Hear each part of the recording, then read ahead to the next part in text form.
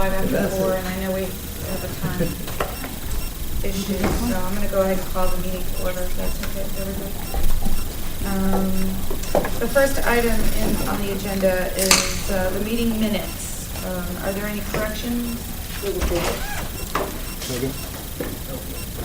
further discussion? All in favor? Aye. Any opposed? That motion passes unanimously. And then the designated recipient for federal funds, Cassandra. Yes. This is a very quick item. We are asking to change our grantee status, meaning the category of grantee that we are, from a direct recipient to a designated recipient. Currently, the MPO is the designated recipient. I know some of you have had this conversation before about the difference between a direct and a designated recipient. But PSTA right now is categorized as a direct recipient. A few weeks ago, we were alerted by the FDA that our grant, especially in bus replacements, because the program is now a formula-driven program rather than a discretionary program, that those grants were being held up by our grantee status, meaning we had to do some paperwork in order to get the money that was already allocated to us.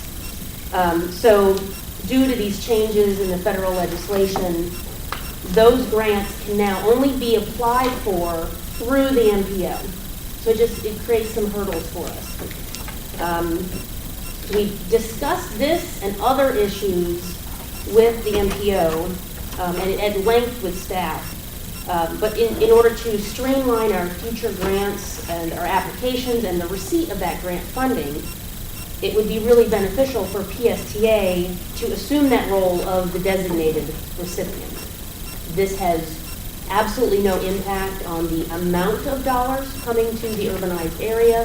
It has no effect on the funding that goes to each of the agencies. It's a process issue or a processing issue.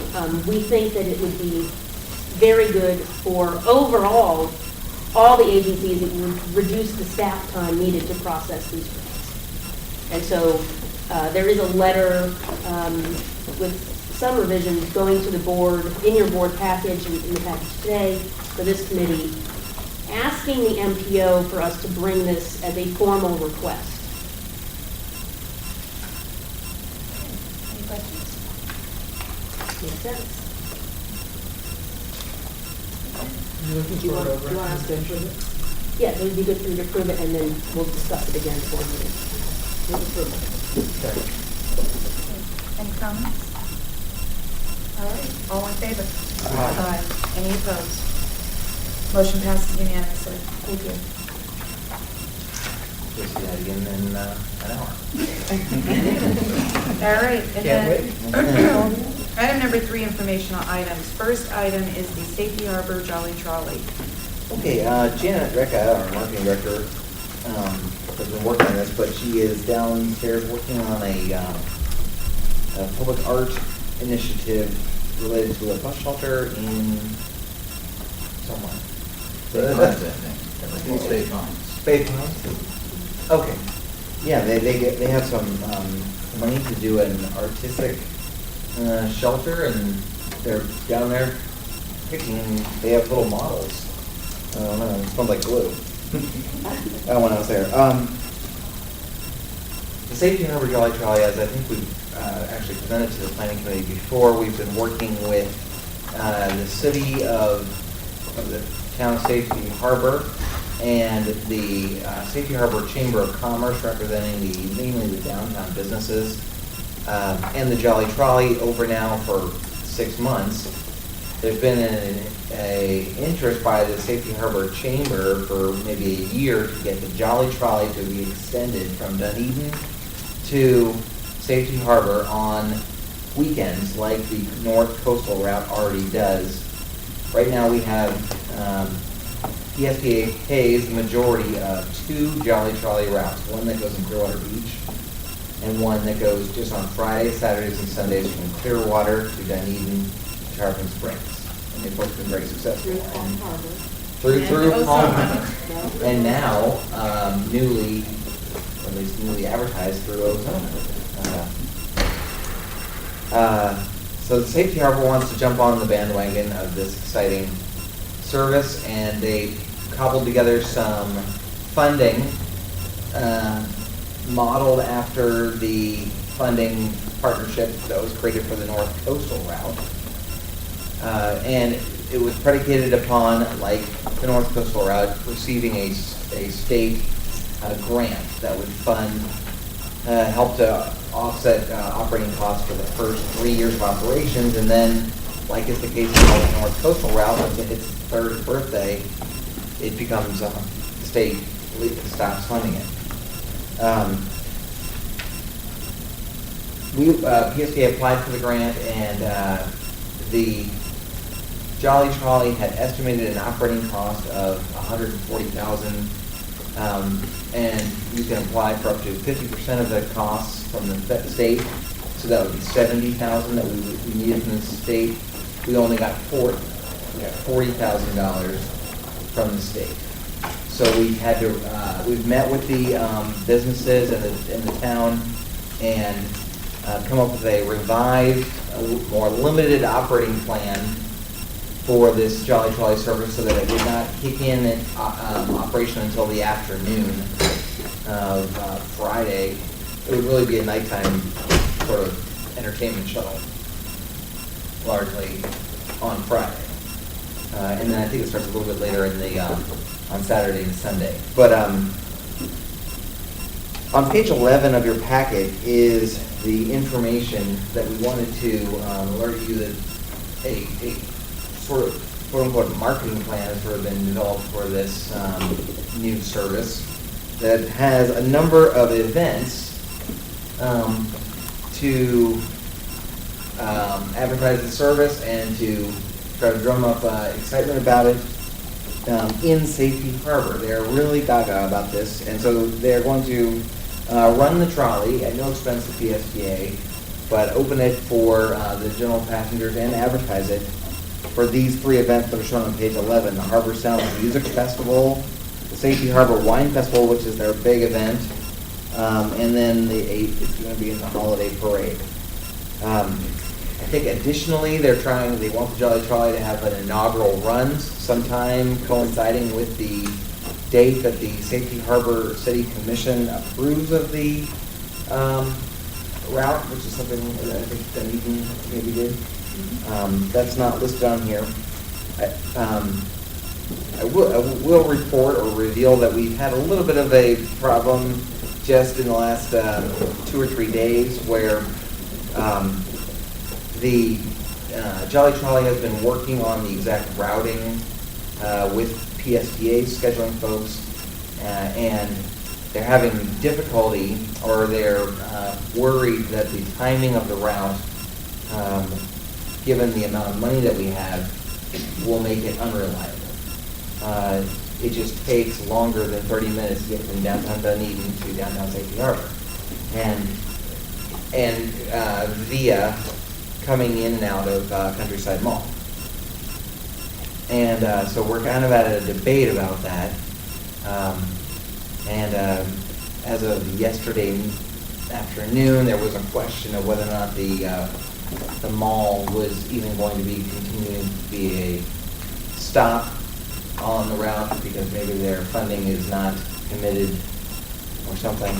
So we're gonna have one or more additional meetings to lock down all of the parameters on this. But they're very excited people there at Safety Harbor about this. Yes, they are. Yeah, the trolley has been going back and forth testing this timing to make sure it can run on time. And I've gotten calls. The Jolly Trolley has gotten tons of calls.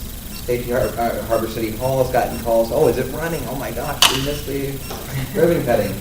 They think it's running. But that's the sort of an info item on that. Stay tuned. Is it the coastal trolley that's going to divert the Safety Harbor through Dunedin, or is it a separate route? It's going to be a separate route. Starting in Dunedin. Right. And going there through the mall. And back.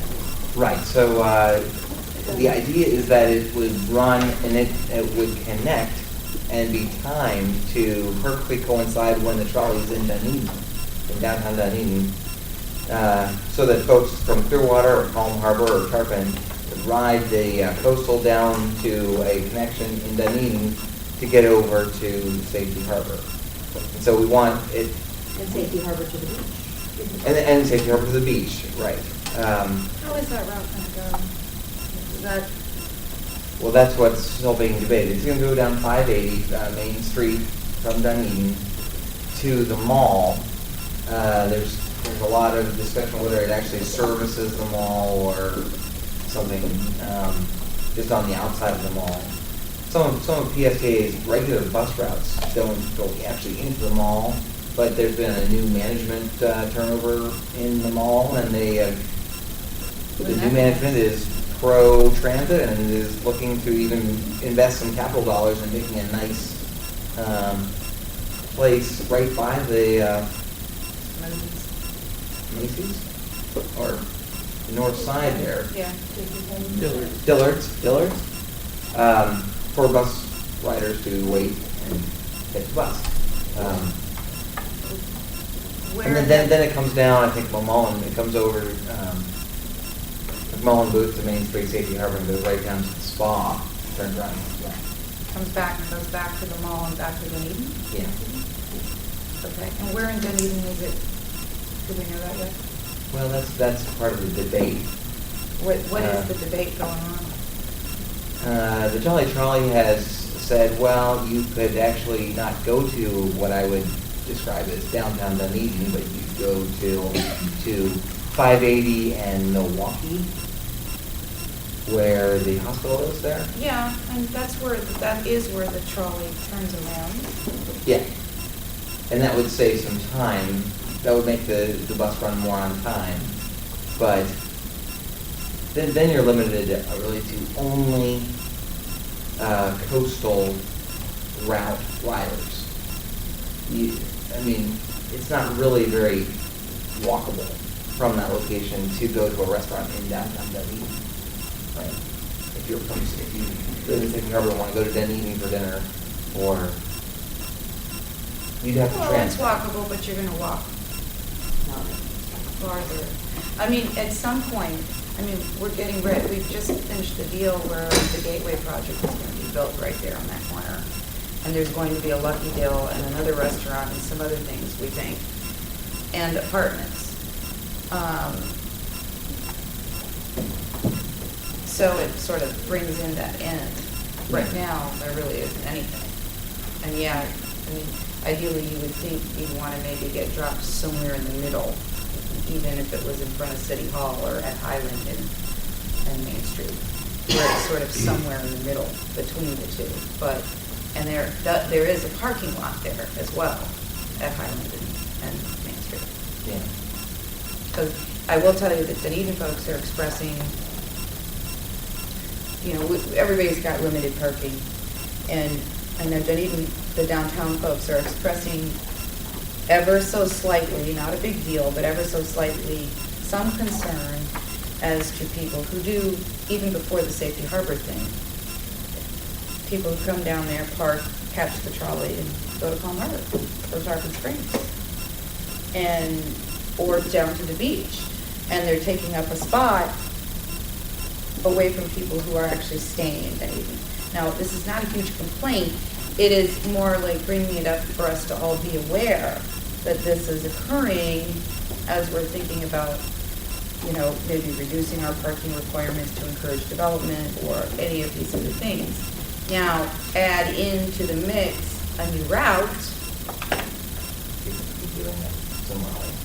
Yeah, now you're adding that a little bit more. And I'm not, again, the benefit of having the trolley so much more outweighs that, and everybody understands that. Yeah.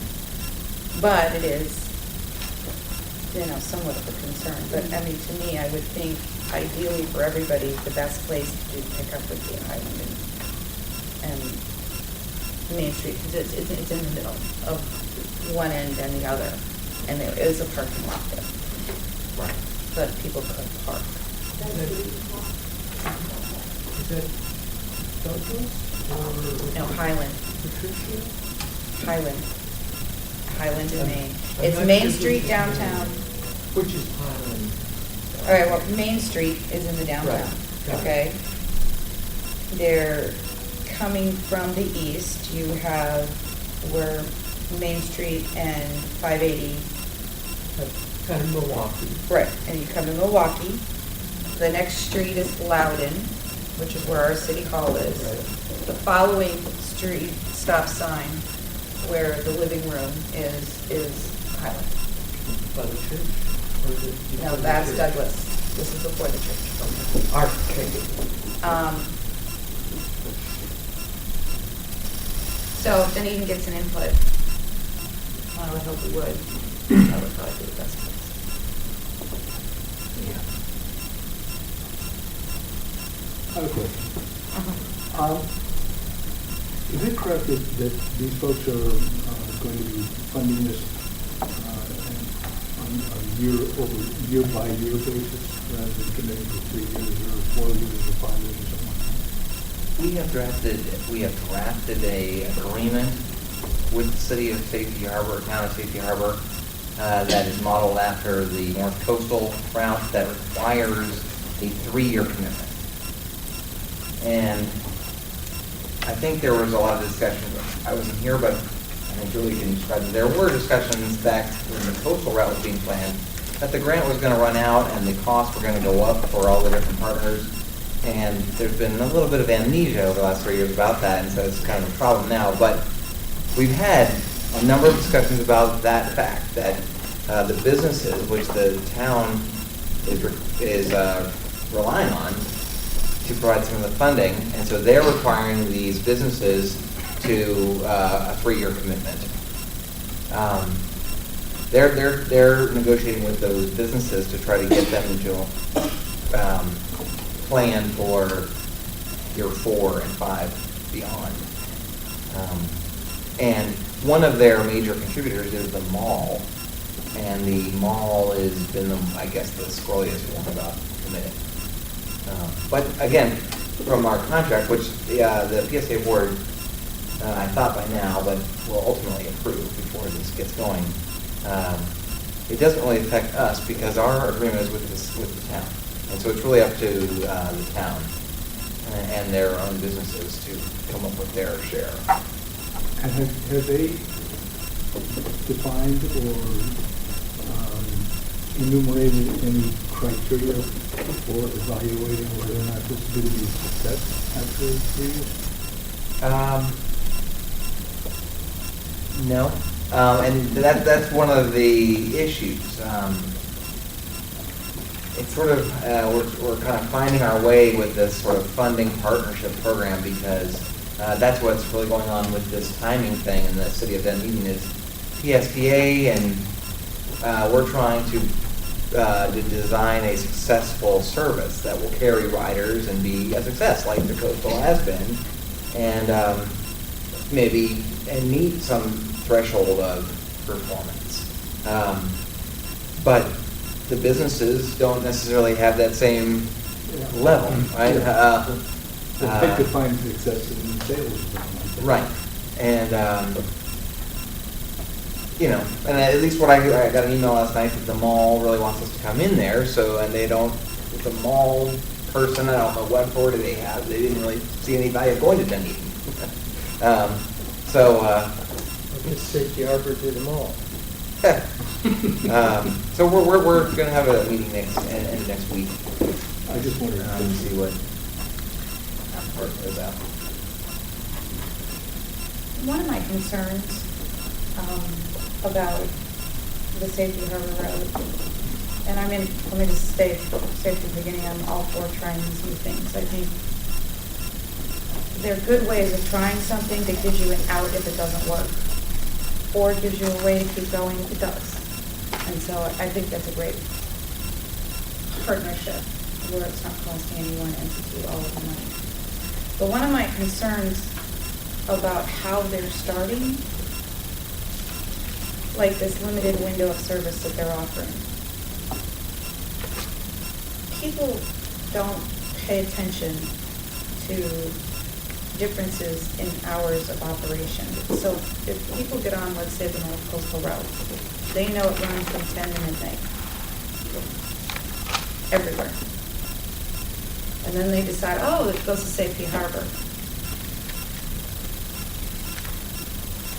They're not gonna put two and two together that might have a different schedule. It's going to be an inconvenience and a deterrent, I think, too. Because, I mean, to me, there should be consistency in service. If it's gonna run 3 days, have it run 3 days. And if it's, you know, if it's connecting to the North Coastal Route, to me, for ease, I mean, just like what we're talking about every 15 minutes, you want that ease of service, then it should be running the same hours so that people get it, you know, that it's all the same. Right. And so I understand the reason why they've opted to do this shortened window. And what you're saying is it's not even the same service every day. It's Sunday, it's even less. Well, again, we have the limitations of the state grant. No, I understand, but So we gave them the so you've option got to all run these fewer days or fewer hours. changes in scheduling, even between the days themselves, that don't give a consistency to it. And I feel like, you know, if we wanna introduce a new service, we should be giving it its best shot. And so I'm concerned that I understand they want it now, they don't wanna wait. But I also feel like we could be shooting ourselves in the foot by not giving it its best shot to do well. You know, to do the standards of transportation. You know, kind of following typical transportation standards of making something successful. I would think that if you had the wherewithal and were the decision maker in this, you could say, in order to set this up successfully, it should run the same days and the same schedule, would you not? I would. I would have, So I we would design it substantially different, but that, you have to live But with that your too. agreement, right? In your budget. And the budget, and if the mall is paying, it has to go to the mall, it can't miss the mall. Or else, you know, it's like pulling on all these different strings, so. I would think that would be an asset to the mall. Oh, yeah, I would too. People from Dunedin or Safety Harbor. Yeah, no, I would think so too. Yeah, I right. think that's great. But And the again, mall- you just have to try it and see how it works. Just like the Jolly Trolley on the coastal route, if people are packing on there, very quickly we'll figure out how to Make it work. make it work.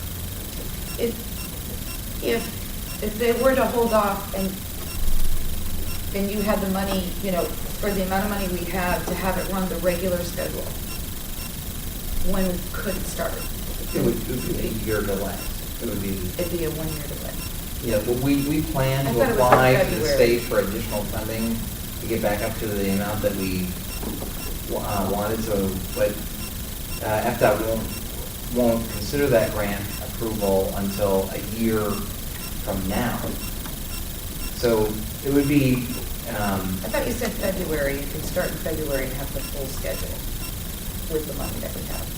it is planned to start February 1st, 2014. Oh, okay, with the limited schedule. With Got it. the limited. Okay. All right, I mean, again, I'm not against it in any way, I'm just voicing my concerns. And I put this especially info item out as, to invite you, so we at least had the 5 riders. and especially with what was just said about, you know, how do we gauge whether it's successful or not? This change in schedule has to be considered in its examination of success. Yeah. Thank you. I think I had mentioned at one time about having a policy on trolley routes as far as what criteria do we have for starting it? Say somebody in Oldmar wants it, or somebody in Bel Air Bluffs now wants it. How do we address those equally rather than one at a time? And I agree with Mark that we've got to have a success definition for a route. I'm a little bit disappointed that we had the startup grant. The startup grant was completed, and we're running about the same passengers. We actually had a 10% decline in the coastal routes, which was a lot over the year before. So, how do we define success? Right. I think it's very important that a contract with the partners would talk about the budget expectations. If there's a grant, it says the grant is for 3 years or 2 years or 1 year, at which time the money, you're actually asking them for the full commitment instead of just the discounted, because that's what happened in the downtown partnership. Well, that amnesia that occurred, and then they said they couldn't fund it, and that jeopardized the whole thing, so the SBA and the City of Clearwater sort of stepped in without expecting that we would have to do that there. And they were, by the way, not to interrupt you, the only non-governmental, technically non-governmental agency. Very special case. Yeah. But that, it did raise, it was a big issue because Yeah, I know. they voted not to fund their full share, so does that jeopardize the entire round? Or, I agree with you. That would be covered in a. I think those things have to be laid out. And the last one is who's managing the route? Is it PSTA, is it the Jolly Trolley, is it the chamber, as far as who's watching the numbers and making sure that the ridership is there, or adjusting to changes in ridership or changes in the demand. I sort of think that originally Bob Longnecker, when he was there, he was the promoter and the marketer of the route. And now he's moved on, and I don't sense the same proprietary entrepreneurial spirit to keep that going through the partnerships with the businesses along there and the advertising.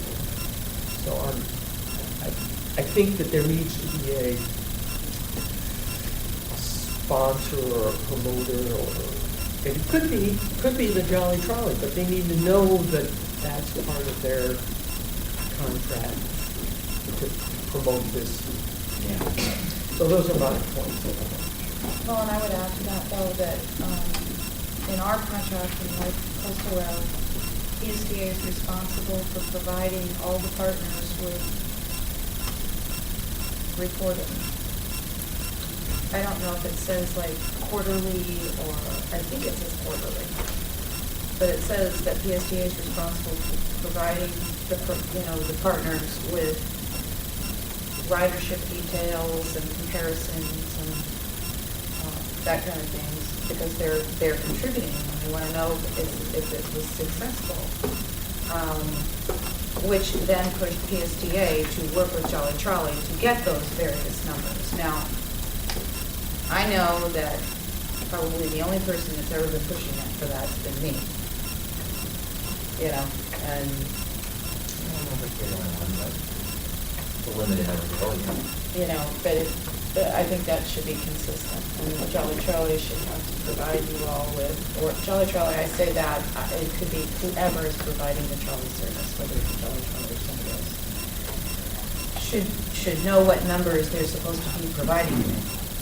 Because I know, like in our city, we want to know which stops are more successful than others, and where are they coming from. And you all might know that for PSTA's routes, but Jolly Trolley doesn't always keep the same numbers. So you have to make sure that they are keeping that history.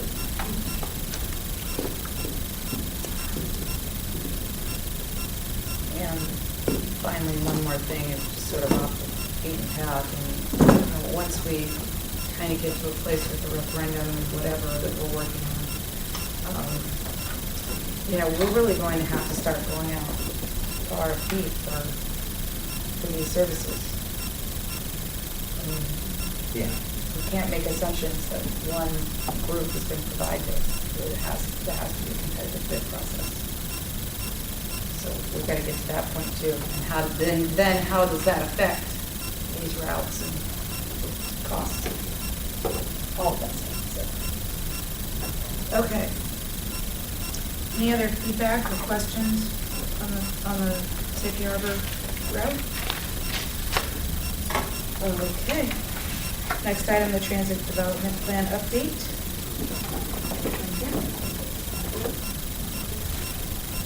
May I squeeze in with the board Sure. members, please? Please do.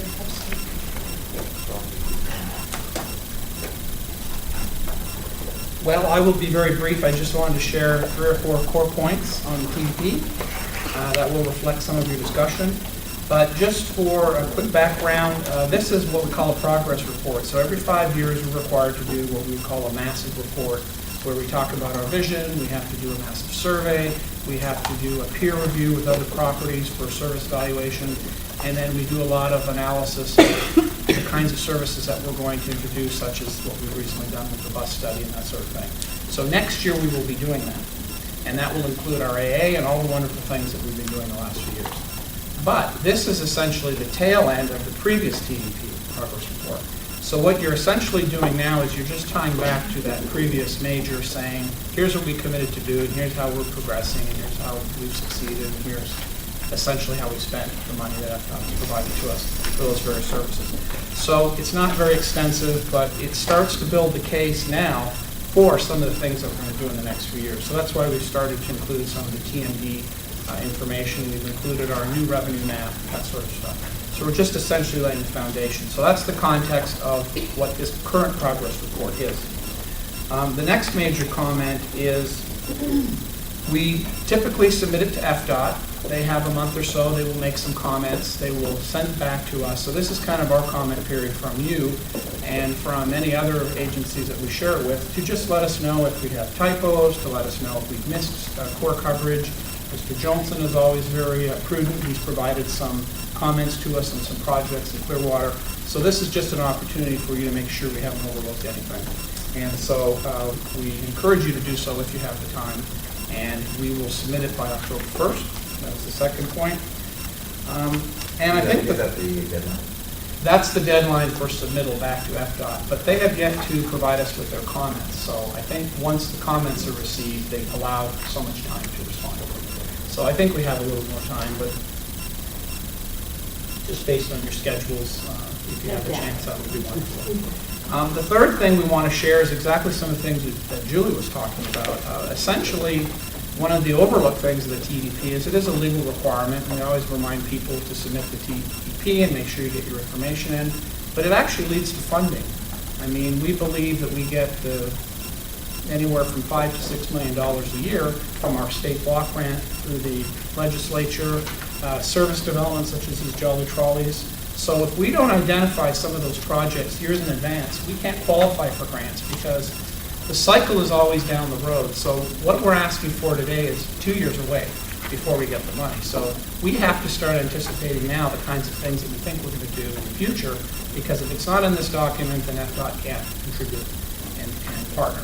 So things like the Safety Harbor Trolley came along, we worked with FDOT, we got it in the TDP, and they're kind of on the fly. So that's the flexibility they provide us, but at the same time, things like the TMD study allow us to project the kinds of things that we think we're going to do and make sure that we can avail ourselves of any of that state funding that's out there.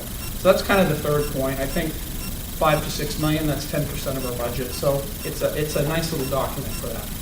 And the last thing which Cassandra wanted me to share was this is the first year in many years that we've done it in-house. So the reason that's critical is because it's a massive money savings. You know, we've done it with the private sector, which does wonderful work, but they charge a lot more than we charge. So ultimately, we believe that it's a reflection of the staff that we now have that understands what they're doing, that can do the job.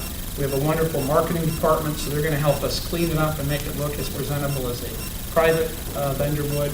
And so you'll see one on your desks when you go down. It looks a little shoddy, but that's just our quick little in-house print.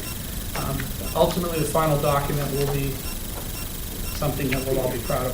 So that was just something that Cassandra wanted to share, and I think it's something that reflects Brad's approach to using more in-house staff and trying to rely less on the private sector when we don't need them. So that's just another point we wanted to share with you. Ignoring any other issues, if you have any questions, I'd be more than glad to attempt to answer them. And just to clarify real quick, is this the major update or is this the annual update? This is the very last progress annual update of the major that we did 5 years ago. Next year, actually now, we're starting to mark on next year. So, majors every 5 years. This is a minor. Okay, So this is a minor Yeah, you- update. It's a minor tied to the last major. We're planning to do as much of it as we can in-house. And one of the advantages is we have to do a survey, but we did the one for the TND, so we're going to try and use some of the work that we've already done. Brad's been working on the benchmarking group. We're going to try and use some of that peer review in our major progress report, so we don't have to go out and reinvent the wheel. So I think we have a lot of the work, the core work that's been done. I would agree with that. We talked about it in the planning department, and Don is working on a scope of work for us as a group to do the majority of the major update in-house. We also believe that we have, as he said, the bones of what we need so that we do not have to spend a lot of consultant dollars on the things that we've already done, and we can leverage those things that we've been studying and talking about in the major update next year. And typically in the major update, we can do things where maybe we do a workshop with the TAC board or a workshop with the board, so that maybe some of those greater issues can be resolved. And with Greenlight, I think we have a really nice path and a really nice story to tell in this one. So, yeah, I think with confidence we can do Everything, this. we're going to leverage everything, all the public engagement, all the outreach, everything that we've been doing in that major update. Because there are elements of what we've been doing for the community bus plan and Greenlight in there, but that's a snapshot of where we were in that project at that time. We have to complete that project, finish what we're doing, right this very minute, and then put that in the major update. Bill? When I looked through this, I found some things were missed, but one of the biggest things that I don't see in here is something we've been talking about for a long time, and that's how do we integrate US 19 in with the conversion to an express. Several years ago, we started finding we didn't have room for the transit shelters because they'd done that. And now we're talking about some express buses on the main line and then somehow an interaction with the service road where people are going there. We have we have 2 buildings on Highway 19 and McCormick Drive, which is halfway between Sunset and Enterprise. And they are packing people into those buildings in a sort of a call center type mode, and so they don't have room for parking. And because they don't have room for parking, they can't attract the tenants for the building. And Clearwater has put together a economic development plan for US 19 to reflect the conversion of strip centers and car dealerships along there to more of an office park and residential, which would be, but in order to do that, it needs additional density, and in order to get the additional density, you need to get the density from the public transit. So we're going to get an update in our council here in a month or 2 on that, but I would really like to see something in here in the TDP as a plan to at least start looking at that as a preface to the 5-year update. We have a unique opportunity this year that we're probably not going to be able to capitalize on, and that's that Representative Cooper from our county is the chair of the Transportation Appropriations Committee in the House. And last year, I know he was looking looking for things to additionally fund, and when we made some suggestions to PSTA, because they weren't in the long-range LRTP, which this is kind of part of, we weren't able to take advantage of that. And so I'm glad to hear that the reference that you made on the funding, that this is the basis for funding. So that's particularly along US 19, and it's going to continue going up into Palm Harbor. The same issues are going to occur in Palm Harbor when the strip centers start closing, and try to find, well, what do we do there? So that's my passion, please, to get something in this version addressing that as a starting point. At least as a starting point. I'd love to see a full-blown study on it, though. And as I understand it, the impact on transit is not in the state of Florida FDOT Green Book road design document.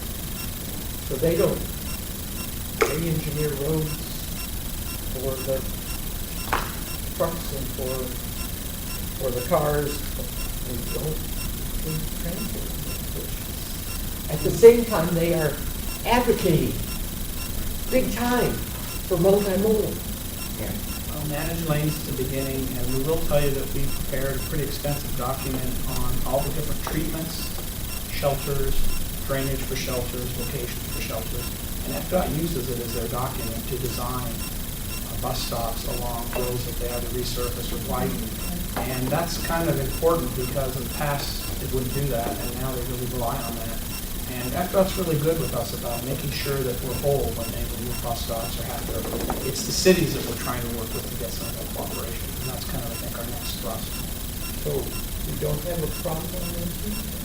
We don't have a problem with FDOT working closely with us so that if we remove any kind of bus stops or facilities because of road widenings, they do their best to make us whole, whether it's moving the bus stop, relocating it, making sure we have pads. They've been actually really good. Some of the changes now that you're seeing on 19, we met with them 4 years ago. So they're very good about making sure that I just they work haven't with us. seen them in the finished product. Yes, well, things like managed lanes and that kind of stuff, that's another argument, giving us road space. You're starting to hear more discussions. The NPO's been really good with working in their congestion plan recently, and they're looking at some corridors where we can actually put bus treatment. And these are things that are going back to the NPO. So these are discussions that really weren't singled out years ago. And I just think buses time is coming in this county. Oh, We'll and start to see more. I mentioned those bus lanes. Yeah. Every meeting I get a chance to. Well, it's slowly starting to be real, and I think in the next few years you'll start to see some of those discussions on the ground. Keep it up. It really needs to be in the MPO plan. Yes. Don't go anywhere, because just so that I'm clear, I understand this is a minor update, and you probably have a very good reason for this, but really all we're doing is tweaking a plan that we made 5 years ago, 4 years ago. So the reasoning for not, even though it's not required right now, but the reasoning for not making the major change in here, such as, like, I really didn't see a lot about the community bus plan. There was a paragraph about green light, and that was just a paragraph. You know, we're still talking about facilities, intermodal facilities, some of which may not exist under the new plan. I mean, I don't want to say we have a completely different plan, but we have a significantly different plan. And you feel like next year is the time to do it? New baseline. We're talking about, the new revenue map is in there, so we're telling FDOT that we're bridging to a whole new approach. But what this is it's a progress report of what you said you would try to do over 4 or 5 years. What they tried to do is look at this so they can project out funding. And with the new study, with the new report, we're going to be telling them, well, we might ask you for money for this, but in future, we're going to be asking you for money for this. And And we may talk about, the green light and light rail, because we're gonna want state funding. We don't have any of that, because we aren't talking about light rail for us. And here's another silly type of a question. This is around the time we do this, right? So if we do our new TDP with next year, the major one, and it's done September or October 1st, and November's referendum comes around and it fails. Did we do all that work in the TDP for nothing?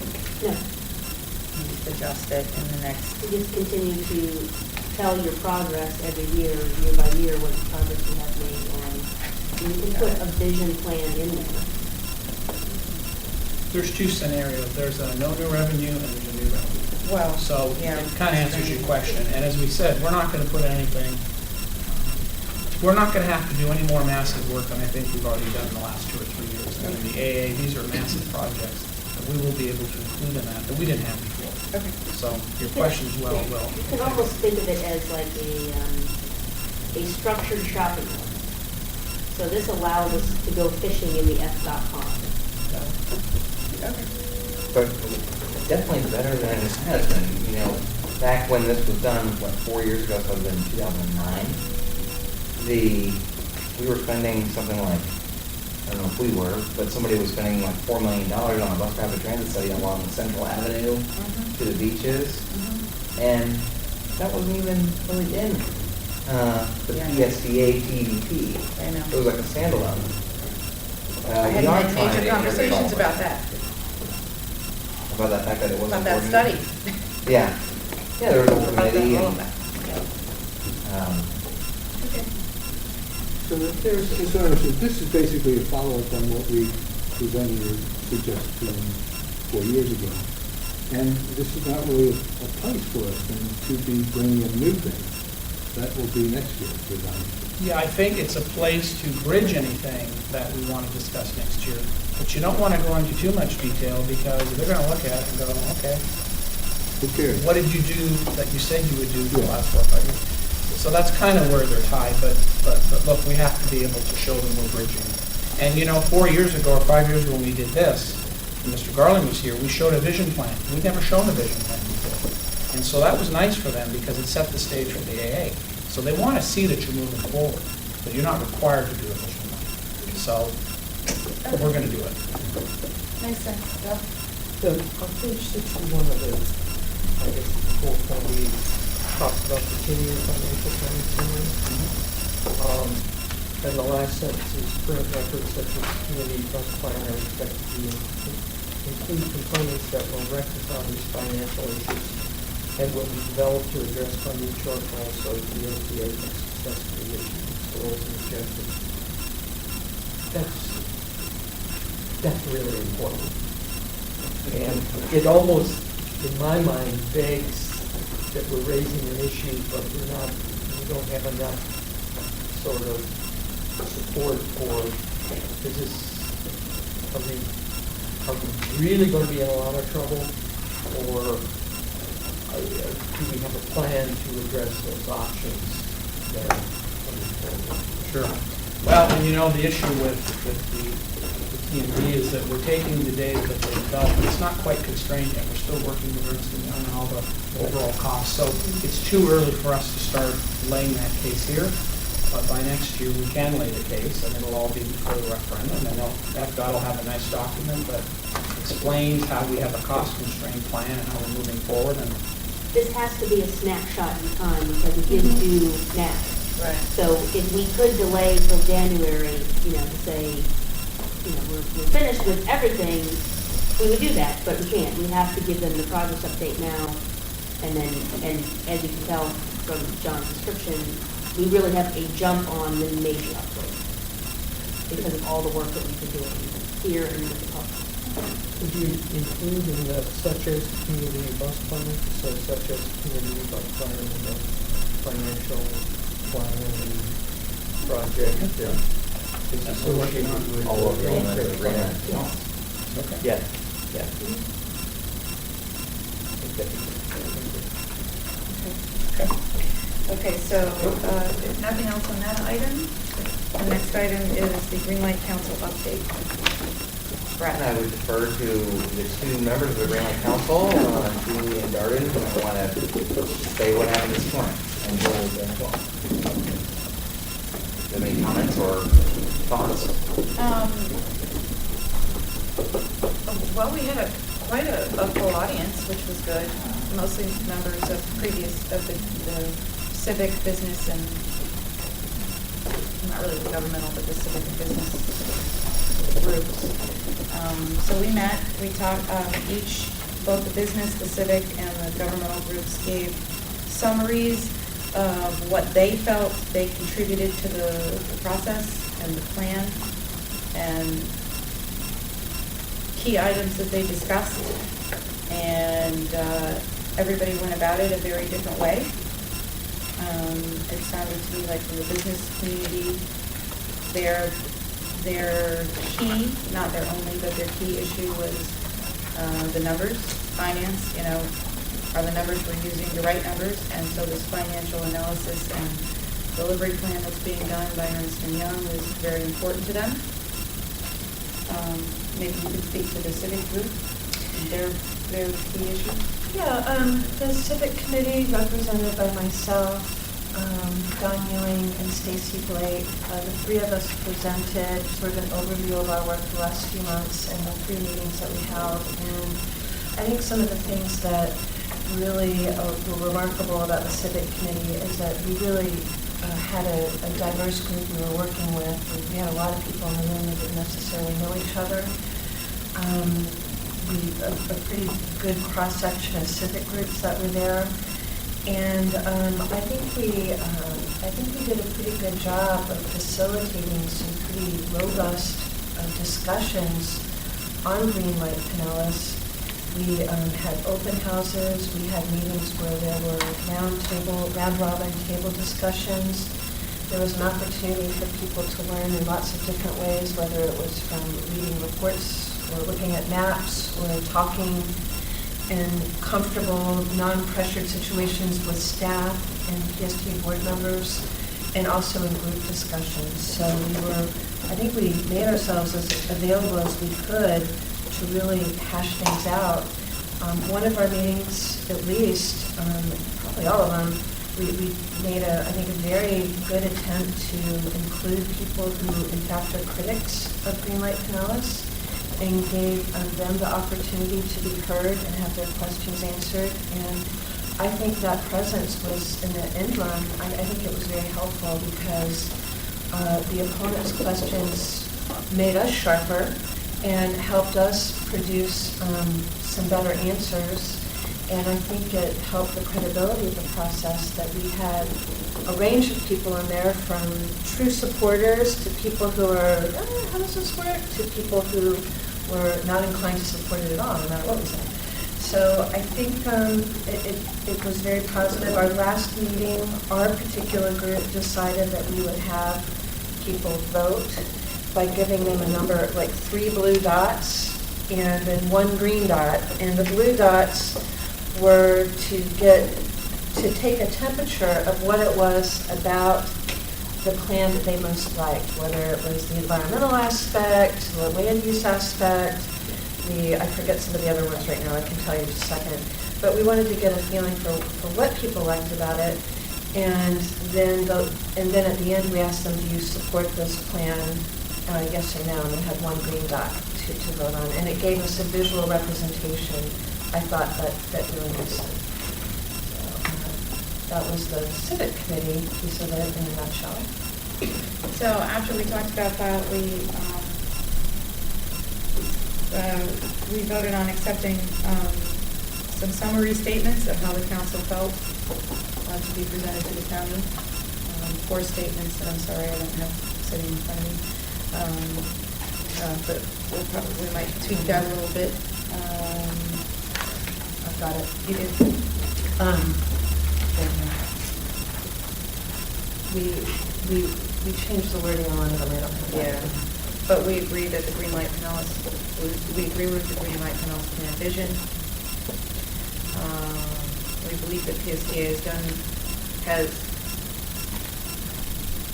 done their due diligence and strong technical work and what is it, constituencies or something to that effect.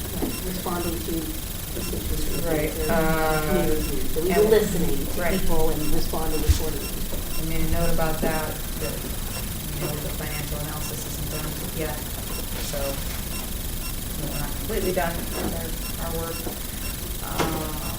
We believe the citizens of Pinellas County should be heard for a referendum vote in November of 2014, and are willing to continue reaching out to our respective groups to educate our community about the Pinellas plan. So that was just sort of our council summary statement. We also talked about that financial analysis and how the group, we know the ACPT is going to see it on October 14th, so we talked about the business and the civic group coming to either attending the ACPT meeting to hear the full presentation of the financial analysis, and I also believe Brad and Cassandra can provide those same people with a couple other opportunities to hear it, so that when they come to our next November meeting, they will be hopefully educated on what the results of that was. Because we have so much to talk about, the November meeting would just be too big to have that full-blown presentation. And then we talked about how does the Green Lake Council move forward. And Brad and Alan Zimmett, PSTA's attorney, will be coming back to the group, I think, in November and making a presentation on, we were trying to decide, are we going to continue on in the arm of education or the arm of advocacy? And where do those lines cross? And we don't want to do anything that is shady, if you will. So Alan and Brad are going to come back with some options and do's and don'ts, and the group will decide on a whole, A, legally how they can proceed. B, they don't want, even if it's legal, you don't want to give an appearance of anything.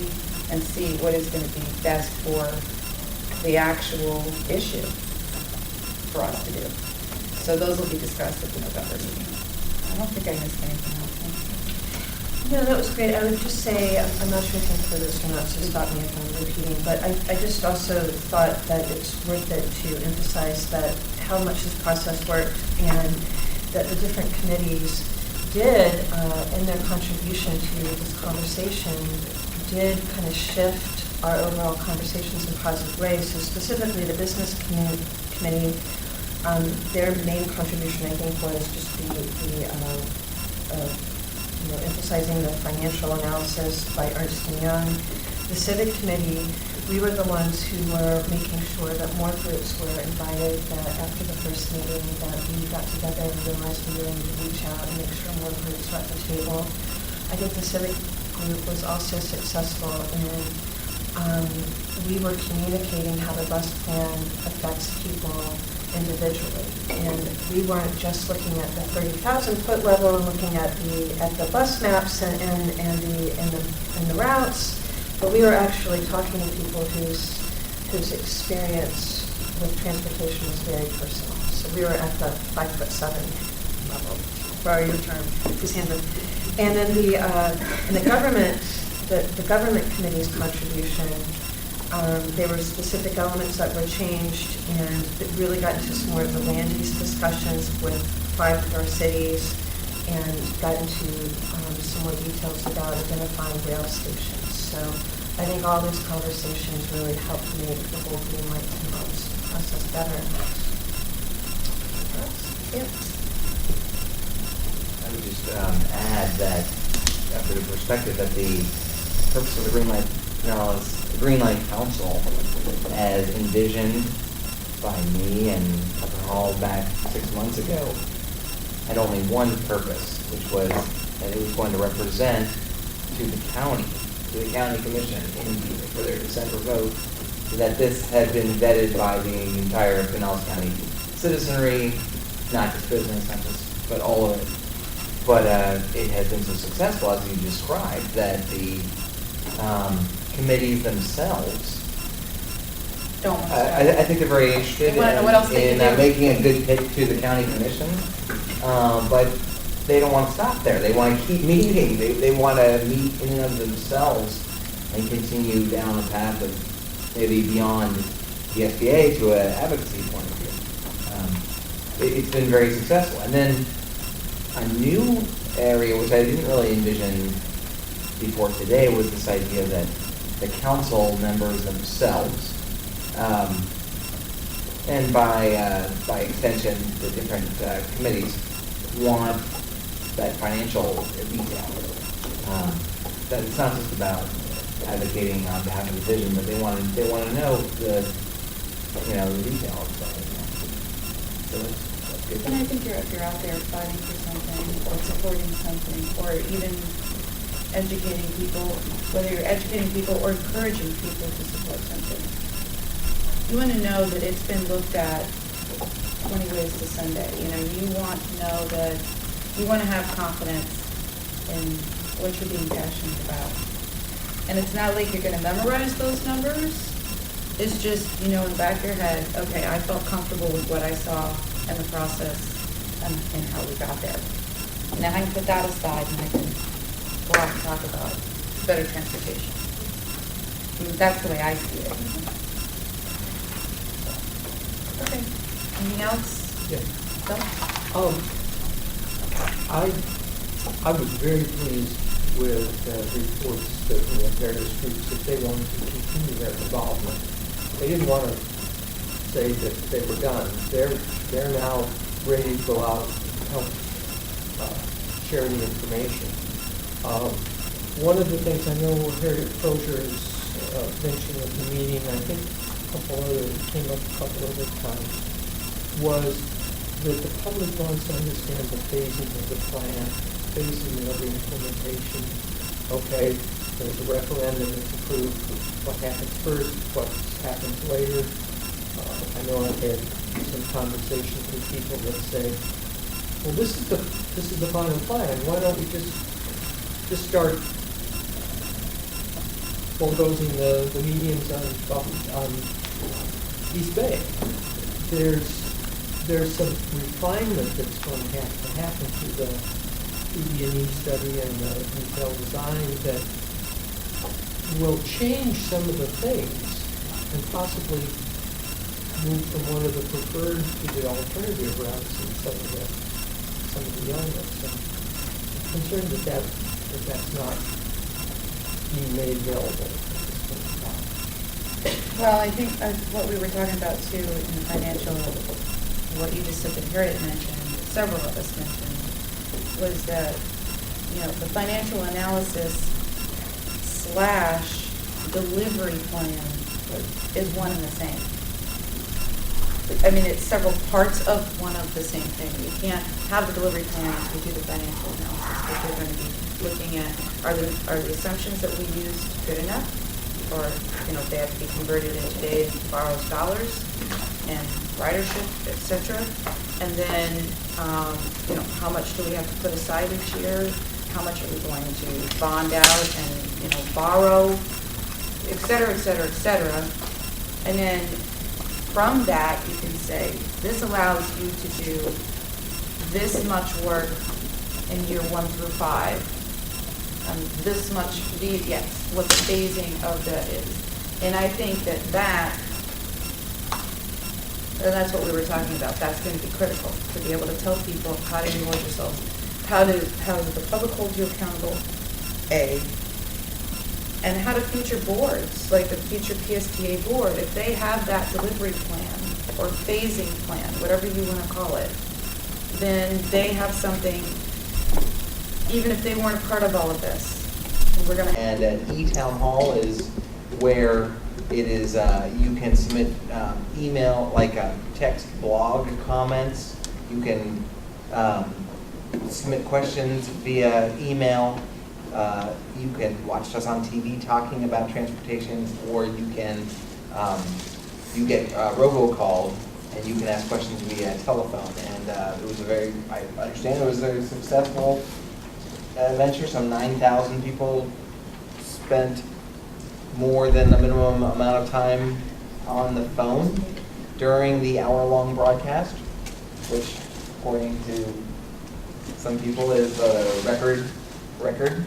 I asked, is it a world record or like a county record or what? And they're like, well, it's kind of just like our record. So I think it went very well. And Jeff and Julie did an awesome job.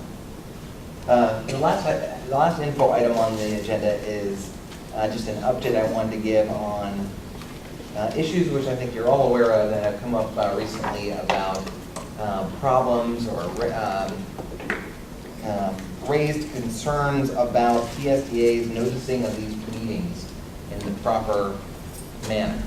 And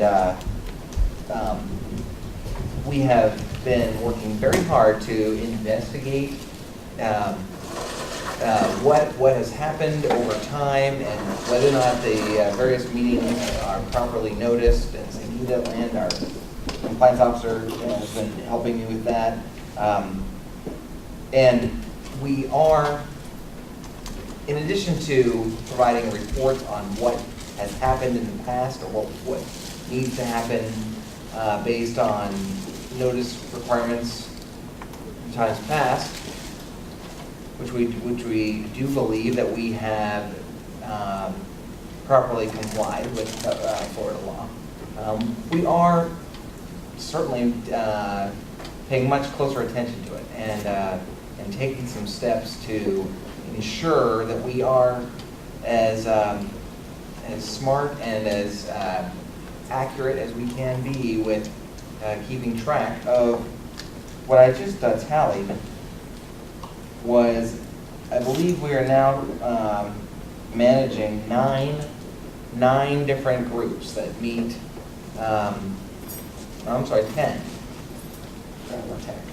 10 groups that fall under the Florida public notice requirements. And that's a 10 times increase over the one that we were just doing. We just had the one PSTA board that Rachel, my assistant Rachel Bigelow, has been working on, and now it's 10. We have 6 PSTA committees that need to be properly noticed. We have the ACPT, of course. We've got these green light committees, which we're publicly noticing all those, and then we have our citizen committees that are expanding. So it's quite a effort, but we want to make sure that we are on the mark exactly and not missing a beat. So one thing that we've just done, we have just joined the Florida Association of City Clerks, which is a subsidiary or arm of the Florida League of Cities, and it seems like a really good group that is made up of all the city clerks and Public records retention. well, no, we are eligible because we are a special district. They also allow special districts, and they produce a lot of documentation, and then they have meetings twice a year that Rachel hopefully will get to go to when school is out, so her daughter can go with her. Yeah, I think that will help us for us. Great idea. Keep working on improving our ability on this. Is Alan's making a presentation to the ACPT about this, right? Or is he coming to the? Alan's Or to the big board? part of this. He's giving a couple presentations. He's giving some presentation on what we found out about the claims that the ACPT was not properly noticed, and that was a specific. It's been several records requests and whatnot that the ACPT was not properly noticed. So he's going to be giving a specific presentation on that issue, what we found on that to the ACPT. He's giving the presentation that the Green Light Council asked for him to make at their next meeting about sort of a primer on what is the line between advocacy and education.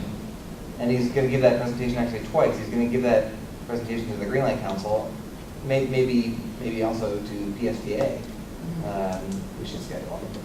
And he's going to he's giving it to a statewide audience at the Florida Public Transit Association meeting coming up next month in Clearwater Beach.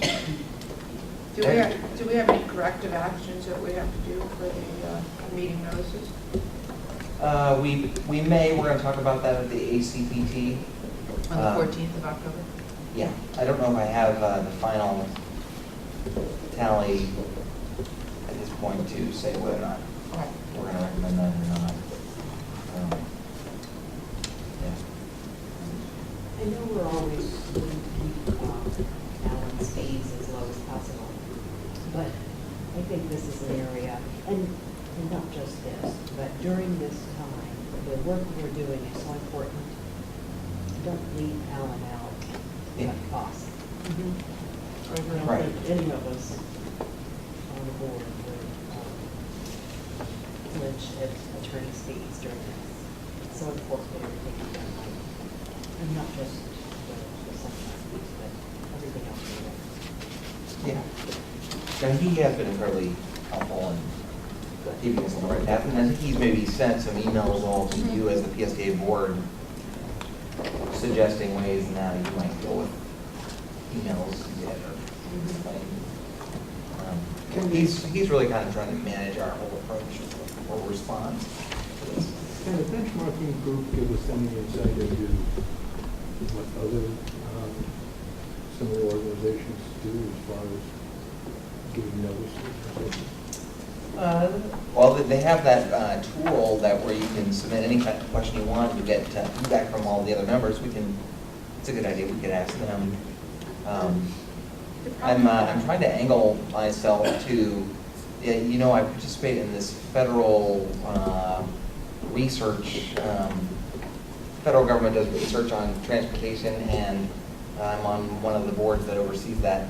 And I thought, although I haven't gotten notice of it, so maybe I've been kicked out, but I thought I got to be on this study specifically on public transparency, about ways transit systems across the country are increasing their transparency in a era of increasing technology and all these kind of issues that we're dealing with. So hopefully I'll get to be on that, and I'll get some insight to what other systems are doing on that way too. But of course, you know that Florida is a different world than the rest of the United States. So it's kind of hard to compare because of our laws. Yeah. Have there also been some recent changes to the sunshine law as well? I'm trying to remember at our last legislative committee meeting, I thought Alan had mentioned that there were some things that were done differently too. There is a change in the law that's on your agenda. I think it's on your consent agenda for tonight. Okay. That deals with, the legislature changed it and made a requirement that you receive public comment prior to any action item, including consent items. And if you only, the past PSTA practice had been to have a public comment period at the beginning of the meeting that said if you have any comments on non-agenda items, non-action items, say them now, and then the chair took public comment before the action items. But there wasn't really a specific public comment period on the consent items if you did it that way. So now our proposed policy change is to, at the opening public comment period, it will not just be on non-action items, it can be on action items or any topic. That way it covers the consent items and we're in compliance. And then the chair will be getting specific public comment on the action items also. So, that's what that was about. But that also applies to the minutes too. And it applies to the all the committees, yes. Starting October 1st. And we'll have to do that. That with the county, right? Yeah, we have to do it this week. Starting October 1st, yes, so next month, you will Is see that when the public law comment. starts, is October 1st, Before your or is action. that just for us? That's when the law kicks in. Got it. Yeah. Okay. All right. Future meeting subjects. Establishing 2014 committee meeting dates, Central Avenue. art project, One Bus Away app. Any issues on those things that you need to discuss? What is Why one don't we bus way? discuss the Central Avenue art project? We're working on a purpose for presenting that to you. All right, I'll wait. It's going to be a more comprehensive presentation that's about our whole partnership program that we have with, Yeah. on shelters and stuff like that with any city. And then Central Avenue is kind of moving along as one component of that. One Bus Away app is a phone app, right, that we're going to get for free All right. by Free is always good. Cutter, yes. through University of South Florida. Yeah. It'll be like the fifth app that exists for PSTA. If you go into the iPhone app store and you type in PSTA, there's a couple of different people that have made apps. I think For also on the PSTA? Android. Yes. If you go on our website, if you're a techie, all of our data is out there. All the data on where all our buses are, and you can make your own app, or you can use the data however you want. Where the